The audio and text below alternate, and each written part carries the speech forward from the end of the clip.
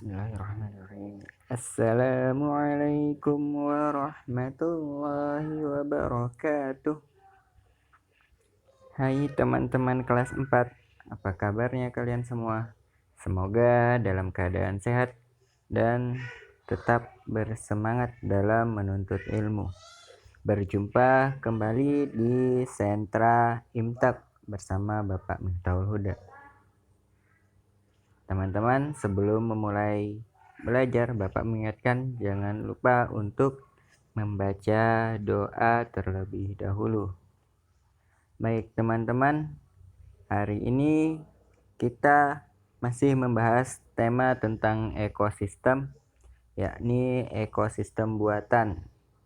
Nah, pada hari ini yang kita bahas adalah ekosistem taman hutan raya, ekosistem sawah, dan juga ekosistem kebun binatang.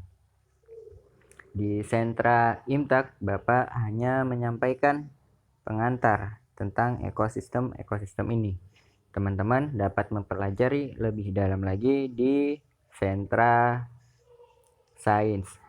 Teman-teman, kita masuk pada pembahasan yang pertama, yakni ekosistem taman hutan raya. Teman-teman dapat melihat gambar yang Bapak tampilkan.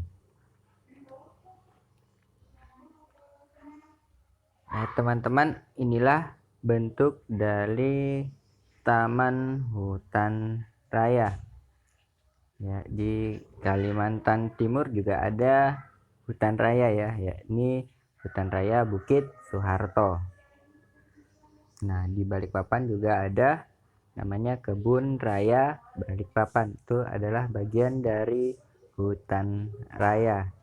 Nah, teman-teman, hutan raya ini adalah kawasan atau daerah yang digunakan sebagai tempat untuk melindungi tanaman atau juga pohon dan juga hewan di suatu daerah ya.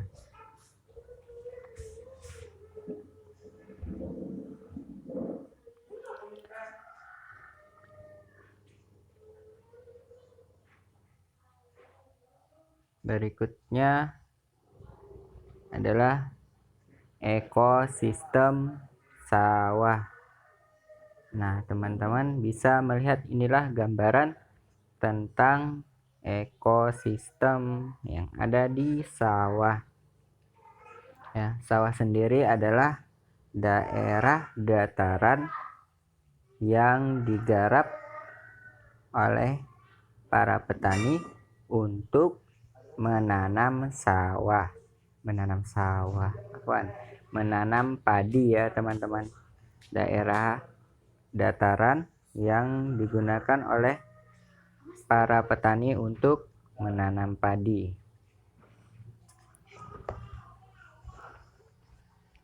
Nah, berikutnya adalah ekosistem kebun binatang. Ya, inilah gambaran tentang kebun binatang. Ya, jadi kebun binatang itu berupa kandang-kandang yang luas untuk mengembangbiakan atau memelihara berbagai jenis hewan.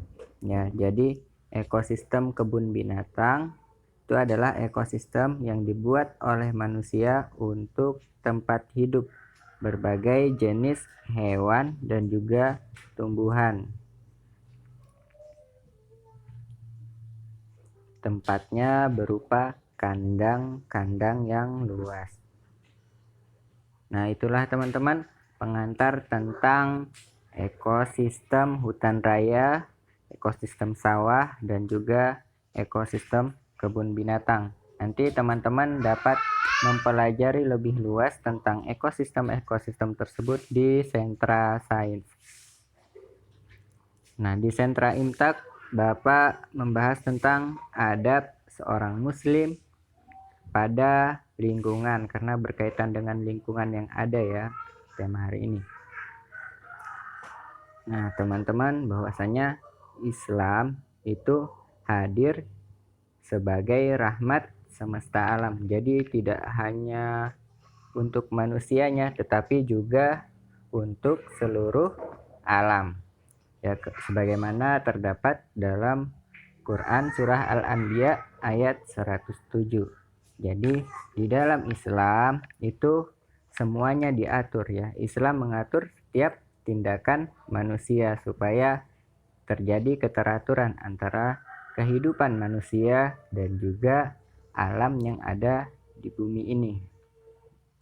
Adapun dalam tindakan sehari-hari, adab seorang muslim terhadap lingkungan adalah yang pertama adalah tidak mencemari lingkungan. Jadi kita berusaha untuk selalu menjaga lingkungan agar tidak tercemar. Yang kedua adalah menghilangkan bahaya yang ada di jalan dan juga tidak duduk-duduk di jalan karena dapat mengganggu kegiatan orang yang sedang melakukan perjalanan. Nah, yang ketiga adalah menjaga kebersihan lingkungan. Jadi lingkungan kita harus bersih sebagai bentuk atau sebagai adab kita sebagai seorang muslim. Nah, yang keempat adalah menghidupkan lahan yang mati. Jadi kita diperintahkan untuk memanfaatkan setiap tempat yang ada di muka bumi ini. Ketika ada daerah yang gersang atau tidak ada tumbuhan di sananya, maka kita disuruh untuk menanami agar tempat tersebut menjadi bermanfaat. Nah, yang kelima adalah berhemat dalam memanfaatkan energi. Ya, kita sebagai seorang muslim tidak boleh boros ya. Jadi itulah kenapa kita harus berhemat menggunakan sesuatu sesuai dengan ukuran dan juga kebutuhan kita. Nah, inilah adab kita sebagai seorang muslim terhadap lingkungan. Nah, berikutnya Bapak menambahkan kosakata bahasa Arab untuk hari ini. Hari ini kita membahas berkaitan dengan sesuatu yang ada di sekitaran rumah. Yang pertama, al-baitu, artinya rumah. Al-baitu rumah. Al-baitu rumah. Berikutnya, ghurfatun, artinya kamar. Al-ghurfatu kamar. Al-ghurfatu kamar.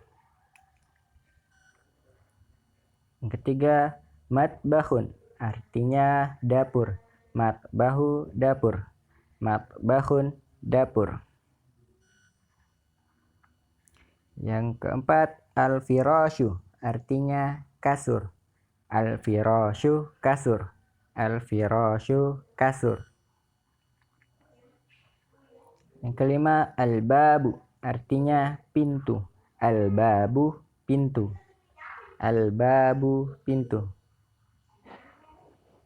Yang keenam, al-hammamu, artinya kamar mandi. Al-hammamu kamar mandi. Al-hammamu kamar mandi.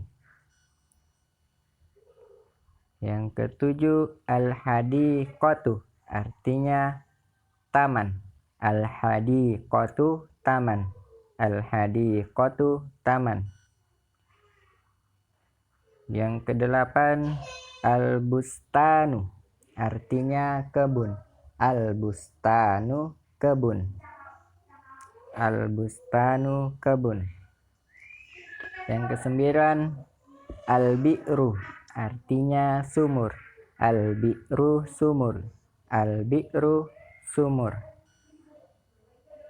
Yang kesepuluh, an-nafizatu, artinya jendela. An-nafizatu artinya jendela. An-nafizatu jendela.